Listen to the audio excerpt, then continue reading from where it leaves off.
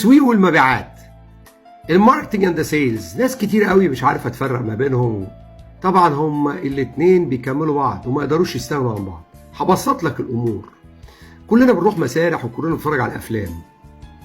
التسويق هو اللي بيجهز المسرح، المخرج والفصول بتاعته عددها قد ايه والمؤلف وكل ده. اي حد بيطلع على الجمهور، على خشبه الجمهور، هو ده البياع.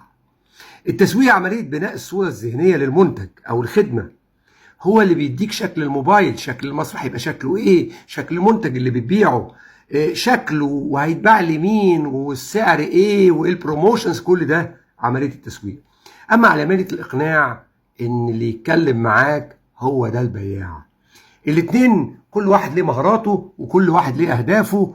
عاملين زي العمله بالظبط، ما بيشوفوش بعض. زي الملك والكتابه، عمرهم ما بيشوفوا بعض، لان بتاع التسويق عاوز يبيع ويزود المبيعات، بتاع المبيعات عاوز يبيع ويقلل ايه، شويه تخفيضات.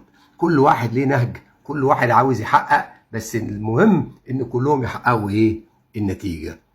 التسويق زي ما اتفقنا هو المخرج اللي بيجهز القصه والمسرح. البيع هو الممثل اللي بيقف قدام الجمهور ويؤدي دوره. التسويق بيجهز الملعب، والبيع اللي بيسجل اجوان. مفيش واحد بيشتغل من غير التاني.